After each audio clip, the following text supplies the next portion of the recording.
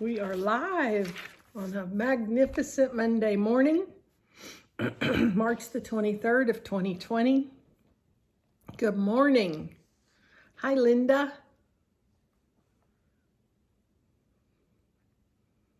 Hope everything is well in Louisiana, as well as it can be these days. But more importantly, I hope everything is well in your heart. There's my angel. Tammy's on. Good morning, Tammy. I've missed you. Happy to have you with us this morning. Hi, Jana. Jana, you don't know how disappointed I am. I'm not going to get to hug your neck for our retreat this weekend coming up, but we'll have another one in October. So speaking of retreats, since we weren't able to have the spring 2020 Dream Big Girls retreat, those of you that prepaid are welcome to get a full refund immediately. We can do that this week for you. Just contact us and let us know. You can roll your payment to the October retreat or make a donation to the ministry. But full refunds are available this week. Happy to do that. And since we were not able to have the retreat this week, I said from the beginning that this retreat belonged to God, and it does, and it did. So here's the deal. We were not meant to have it. And what that speaks to me is that we're prepared for what we're going through today. Dream Big Girls are called. They have a purpose. That's what the Dream Big is all about, is the big purpose that God puts in our heart to go out into this world, or to be housed right where you're at and to be a light. Even in this social distancing, even in this time of staying inside, you have people that's watching you and watching how you conduct yourselves in these kinds of trying times. So we have an opportunity to let our light shine. We have an opportunity for what the last 13 years of Dream Big Girl retreats have done for us, and what God has done for us, how we've not given up, how we've pressed in, and we went deeper still last year, this time, how we let love just build up inside of us so that at these times love can overflow. We're ready, and we're not hanging our heads, and we're not cowering in fear. We're rising up and saying, here we are, Lord, use us. Here we are. Use us in whatever capacity, Lord, even if it's just staying at home, using wisdom and not getting out. At times it's not necessary to get out. That could very well be the call that God has on your life right now today, is just stay in, relax, take time, take extra time with God right now. Extra time. Do you know He's speaking? He's speaking. Speaking of God speaking, He spoke to me in today's reading, March the 23rd, Numbers 36, and we start Deuteronomy. So first of all, what happens is in yesterday's reading, the daughters came forth and said, listen, I'm not going to be able to inherit my father's property because it goes to the men, and there are no men in our family. And God said, they're right, let them inherit. Today, what we have is we have people that's coming in. We have people that's coming in and saying, but that's not right because it's going to get outside of the ancestry of the lineage. And what I loved about this morning is that what it dawned on me was happening is that, see, the laws were God's laws anyway. It's not like these people had to come to Moses, and then Moses had to go to God and say, hey, Lord, can you hear me, God? You must have forgot that this was the law. No, God never forgot.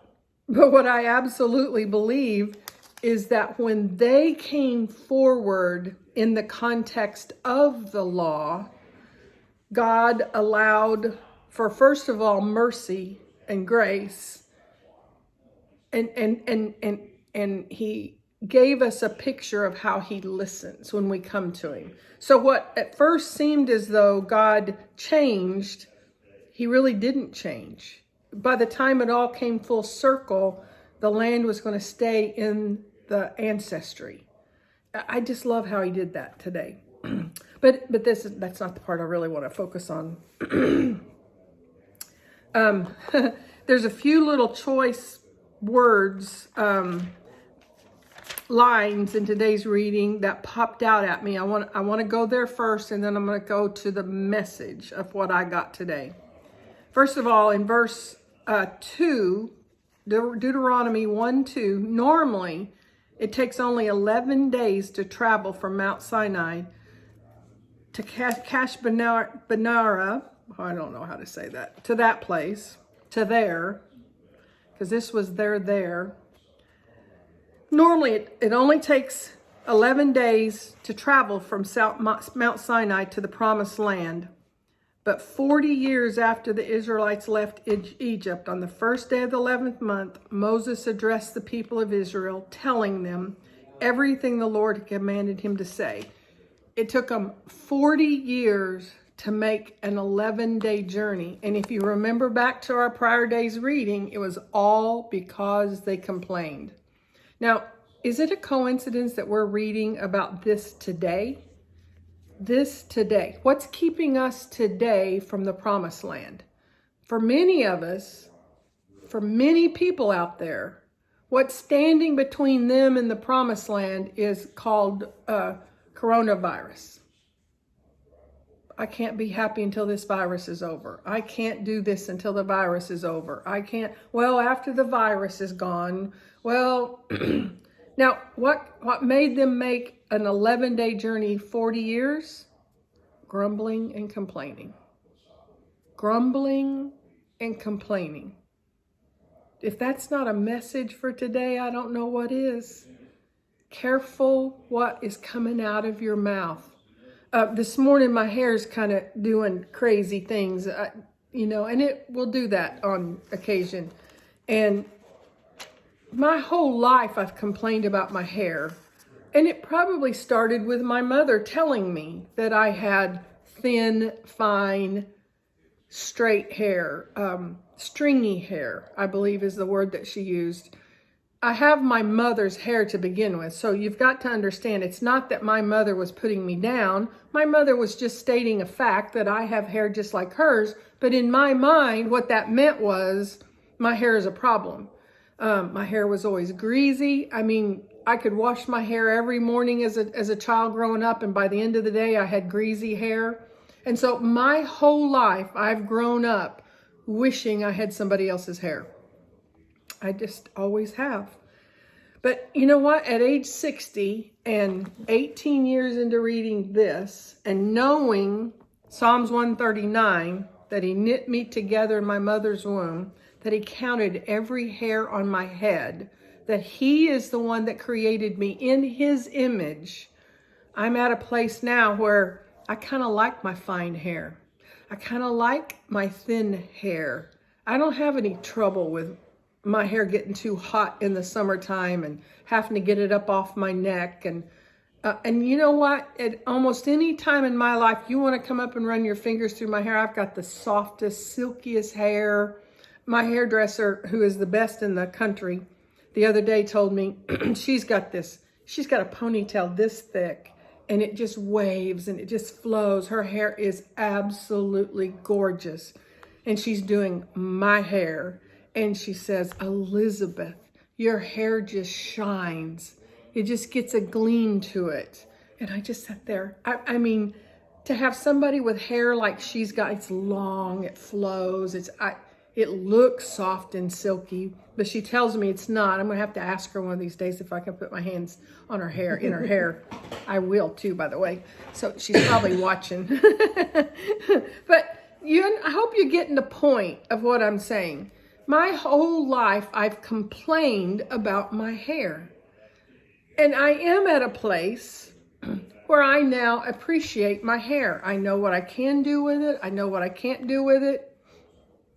But this morning I woke up and I don't have any product in my hair. So that means it's extra soft this morning because I have no product in it. And I struggled a little bit and I had to rush a little bit. I do things a little different on Mondays. And I was over there trying to cook breakfast this morning and my hair flipped down in my eyes. And And next thing you know, I flipped around. I said, this hair, it's just hanging down in my eyes. And my husband says, are you complaining? Just like that, just like that, just like that. Do you understand what I'm saying? They made an 11-day journey, 40 years, because of their complaining. I'm at a new place with my complaining. I've caught myself, I told you guys 2 weeks ago, we started a 30-day challenge, about 30 days without complaining. Little did we know what was going to happen. Little did we know when we made that challenge about this thing called coronavirus. I hate even giving it a name.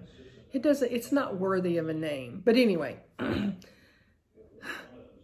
wow, the timing of that. It just now hit me, the timing of that challenge for us not to complain. That means when we go into the grocery stores and there's no bread or there's no toilet paper, we ought to be praising God that we were able to pick up pickles, or praising God that we got the cheese we needed, or praising God that we got whatever we got. That's what ought to be happening. But anyway, so this morning, I was telling you that 2 weeks ago after our challenge, I told you the first thing I caught myself complaining about was a commercial on television. A commercial. Do you know I've done it 3 more times? 3 more times. My whole point in all of this isn't about Elizabeth and my life and what I do. It's about how easy it is for us to be in that rut of complaining. And then you throw on top of it the coronavirus. I mean, we ought to be praising God we have a house to stay in. During this time, they're telling us to stay inside, to practice social distancing. We ought to be praising God and thanking Him that we have friends, that we would want to be in circles of more than 10 or more than 2. We've got states now that have said not to gather with more than 2. We can find a praise God in all of it. We can find a thankful in all of it. In all of it, if we allow God to show us and to point out the things. I'm going to encourage you again, if you're struggling with this virus, get that grateful journal out and speak those gratefuls out loud. I've got women that are texting me every day with their gratefuls, and they're reporting to me that it's making all the difference in the world.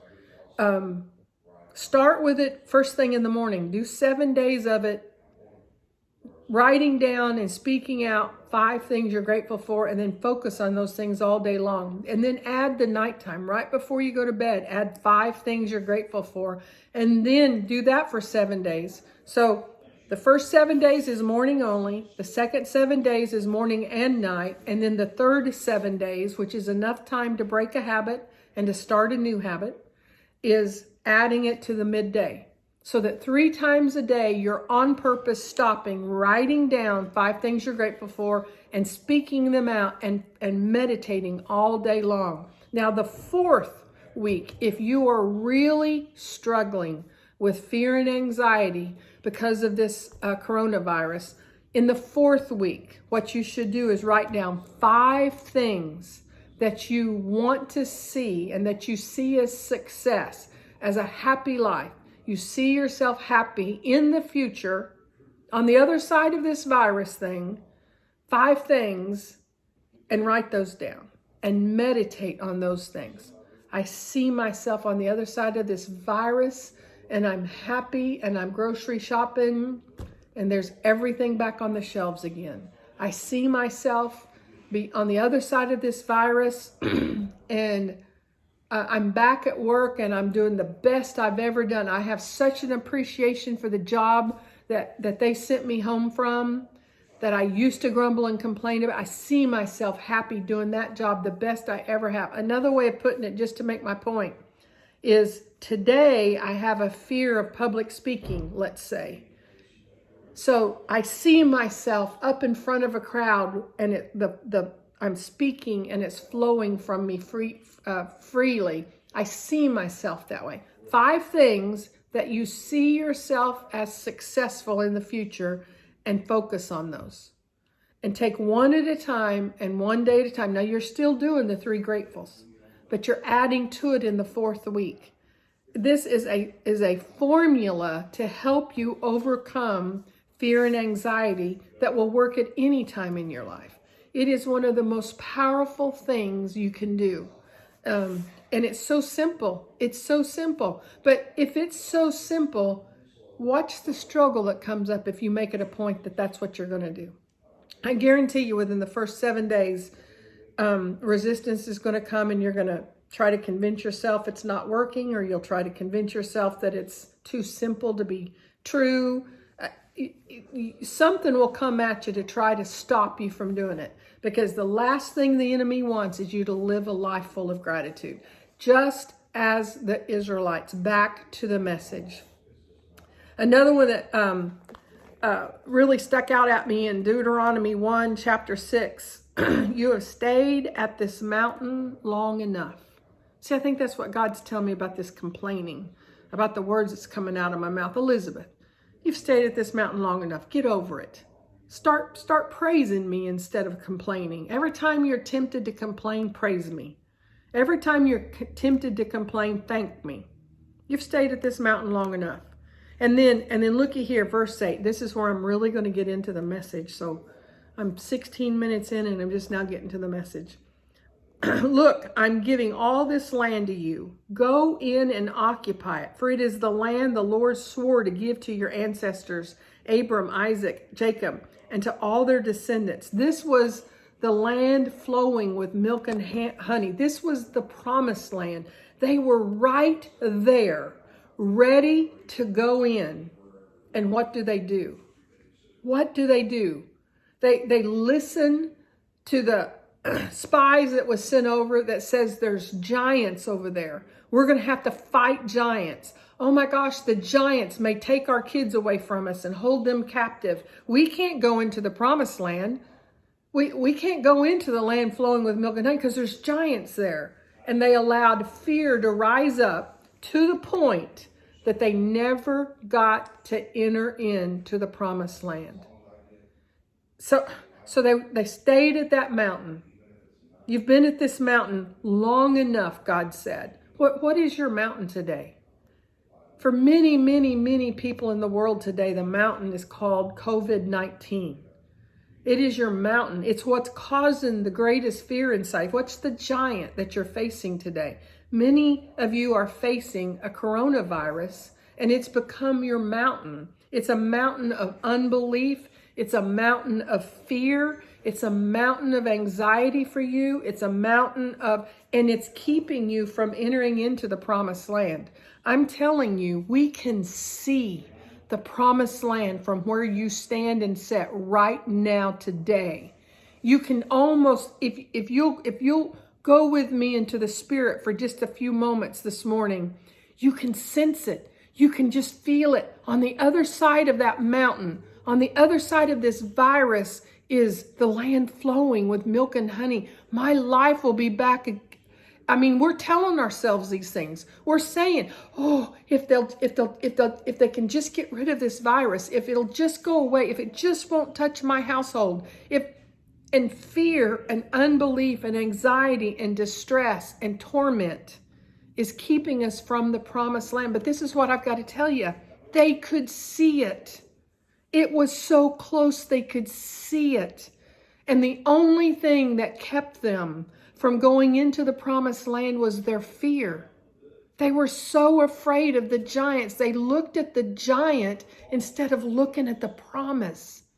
Don't let that happen to you today. I'm here to tell you, sitting right here in Skiatook, Oklahoma, not getting out of my house. My folks aren't all coming in. I'm sitting right smack dab in the promised land.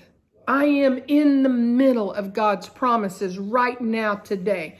Peace rises up in me and overflows to the point that I can't wait to get on a video and share it with you guys. I read this and I'm going, oh Lord, that's us today. That is our world today. Somebody said there's a virus. It might get you. Somebody said that they might cart off your children. That somebody said, and yet we're overlooking that the promises of God are still there. They're still there. You guys need to be sharing these videos. Share them like you've never shared them before. We need to be in God's Word every single day. They need the encouragement to read in His Word. We need to read the stories of old to know how to live our life today. At that time, God said, I gave you instructions about everything you were to do. About everything. So He's brought them into the promised land. And they've said, oh, no, there's giants. We can't go. We can't go. And so it makes God angry. It's like, imagine this. Imagine, you've worked hard with your child. You got through childbirth. You got through that infancy stage, colic, whatever you've dealt with, as that crying baby that woke you up every 3 hours in the middle of the night thinking they need to be fed, the terrible twos, grade school, junior high, and the teen years. Oh my goodness, we've made it through the teen years, and it's graduation. And you've scrimped and saved and scrimped and saved and scrimped and saved, and you now have a brand new car that you've scrimped and saved and bought for your graduate that's getting ready to graduate from high school or college. And you just got so much. You just know it's going to be everything they've ever dreamed of. It's just going to be, it's the land flowing with milk and honey. It's the promise for them. It's here. This is how much I believe in you. Do you know what I've sacrificed to make sure that you can have this gift? And you've got the keys in your hand, and you get them to close their eyes, and you walk them out to the garage, and they open their eyes and they look and they say, this? Oh, the safety ratings on this is horrible. I might crash and burn in this car. I wanted a Camaro, or I wanted a different car. I didn't know it was going to look like this. Now, how would that make you feel? How would that make you feel? I read today, and they were right there, and God is saying, everything I promised you is here. I go with you. And they say, no, I don't want to go. I don't want to go. We'll just settle right here. We'll just make our gardens right here. And God says, fine, if you're not going to go. And then they say, and then what happens? I can just see us doing this. Oh no, we'll go. We'll raise up our own army. And God tells him, if you do that now, I'll not be with you. And what do? They go and fight, and they get defeated. They're killed right and left. If that isn't our human nature, if we can't read these stories and get nuggets out of it to help us in today's life, right here in the middle of this pandemic, what they declare to be a pandemic, I'm not living in a pandemic. I'm living in the land flowing with milk and honey. I'm living heaven on earth because I've read this book so much that I know what gift my Father has given me, at least to the level that I'm able to see what He's given me. Here's the truth, guys. I still complain about my hair falling down in my eyes. I still complain over a silly commercial. I still probably watch a television show I shouldn't watch. I don't even know why. I was telling Donna this morning that Tom and I probably watch more television now than we have the entire time we've been married. Why is that?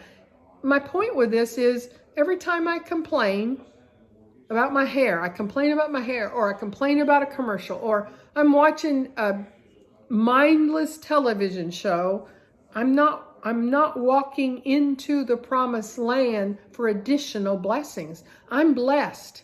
I'm blessed beyond measure. I am the most blessed woman on the face of this earth right now, March the 23rd of 2020. And yet I've blocked blessings because of my mouth. I've blocked blessings because of my unbelief. I've blocked blessings because of my fear. And it's just like God's telling me today, stop it. Stop it, Elizabeth. Stop it. Trust me. Trust me. Because they didn't trust God. It says right in there. Let's read verse 29. I hope I'm in the right place. But I said to you, don't be shocked or afraid of them, the giants. The Lord your God is going ahead of you.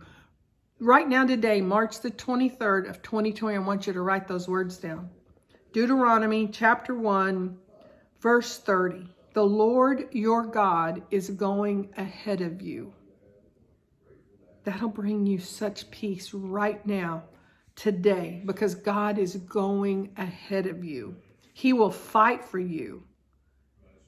He will fight for you. God is fighting for you today. And you saw how the Lord your God cared for you all along the way as you traveled through the wilderness. Just as a father cares for his child. Now he has brought you to this place. See, that's why I say he's prepared us. God brought us to this place.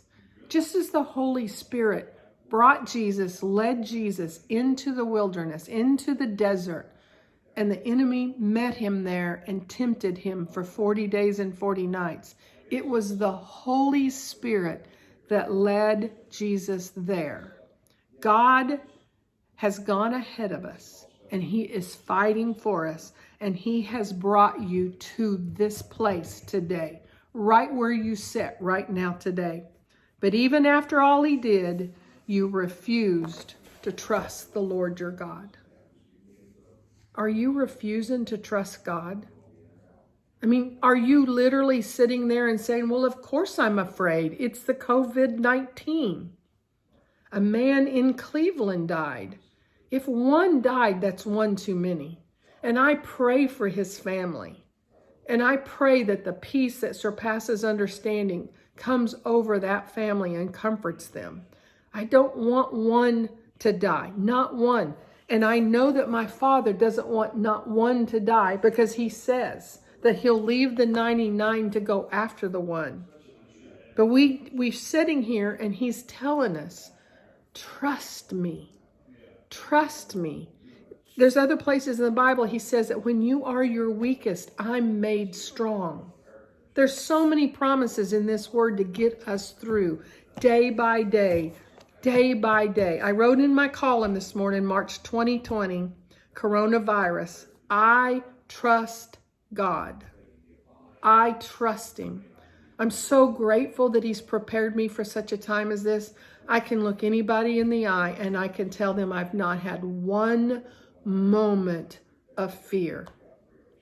Not one moment. I do not know what tomorrow holds. I don't. I don't know where this virus is going to be able to take hold. Maybe in somebody that I love, maybe in me. I don't believe that for a second. But I can still tell you I trust God. I trust him. Whatever comes, I choose to trust God. And the peace that surpasses understanding lives and reigns inside of me. And that's what I'm giving you today. That's why I'm asking you to share the videos. Make your own video.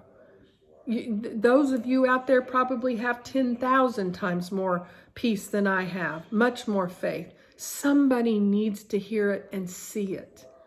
And if that's not you, then share my video. We ought to have 10 times, 100 times, 1,000 times the coverage. Our listening audience has more than doubled just recently, but it ought to be 1,000 times more than that in times like this. Share it. Tell people about it. Spread hope. Don't spread fear. Spread hope. Spread love. God's still God. He's not changed. We've read about all the plagues that he saw his chosen people through. That they got captured, taken out into a whole different country, made to live a whole different way of life. And God was still with them. God was still with them.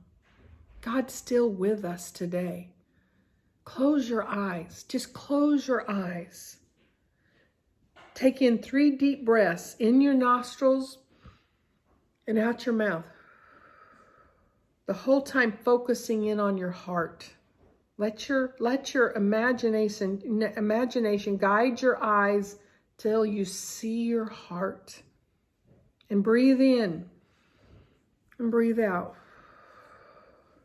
until you see his face inside of your heart. And then once you can feel him, you sense him, you can spiritually see him inside your heart, that's when you're able to open yourself up to those around you and to the energy that's around you. And you can take it all in peace and in comfort and be fortified to open your eyes and say, I'm ready to fight this thing. I'm ready to fight it. I am not giving in to fear.